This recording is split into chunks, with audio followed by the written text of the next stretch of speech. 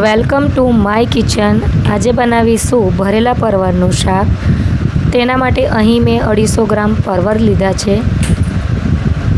તેની છાલ ઉતારીને વચ્ચે ઊભો કટ મૂકીને અંદરનો બિયાવાળો ભાગ કાઢી લેવાનો છે।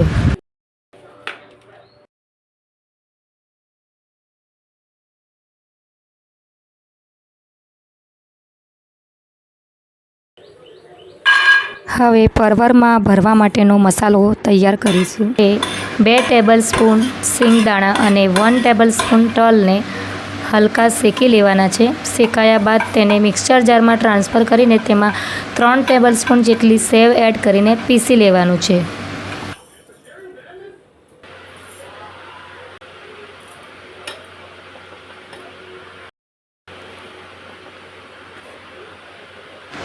તેમાં 1 ટેબલસ્પૂન જેટલા લીલા મરચાંની પેસ્ટ, 1 ટેબલસ્પૂન લસણની પેસ્ટ, 1 ટીસ્પૂન મીઠું, હાફ ટીસ્પૂન હળદર, 1 ટીસ્પૂન લાલ મરચું અને 1 ટીસ્પૂન ધાણા જીરુંનો પાવડર એડ કરવાનો છે। તેને સારી રીતે મિક્સ કરી લેવાનું છે। 2 ચમચી તેલ ઉમેરીને મિક્સ કરી લઈશું। થોડી સમારેલી કોથમીર એડ કરી દેવાની છે। હવે બધા જ પરવરમાં મસાલો ભરી દઈશું।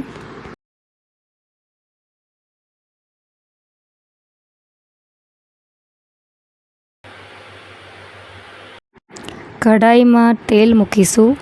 તેમાં હાફ ટીસ્પૂન જીરું અને ચપટી હિંગ સાંતળી તેમાં વધેલો મસાલો ઉમેરી સાથે ટામેટાની પેસ્ટ પણ ઉમેરી લેવાની છે। હવે 1 મિનિટ સુધી ટામેટાં સતળાય ત્યાં સુધી થવા દેવાનું છે। 1 ટીસ્પૂન લાલ મરચું, હાફ ટીસ્પૂન હળદર, હાફ ટીસ્પૂન ધાણા જીરું ઉમેરીને ગ્રેવી સાતરી લેવાની છે। ગ્રેવી શેકાયા બાદ તેમાં બધા જ પરવર કઢાઈમાં આ રીતે મૂકી દેવાના છે।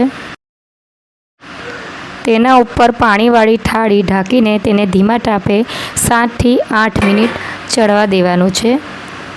વચ્ચે વચ્ચે હળવા હાથે પરવરને ફેરવી લેવાના છે। પછી ફરી ઢાંકીને તેને 8 થી 10 મિનિટ સુધી ફરી ચડવા દેવાના છે। થોડું પાણી એડ કરી લેવું જેથી મસાલો બળી ન જાય અને સ્વાદ અનુસાર મીઠું ઉમેરીને તેને ઢાંકીને 5 મિનિટ રાખી દેવાનું છે।